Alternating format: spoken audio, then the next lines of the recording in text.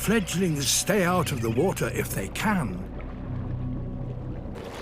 If the Trevally are to catch one now, they have to up their game.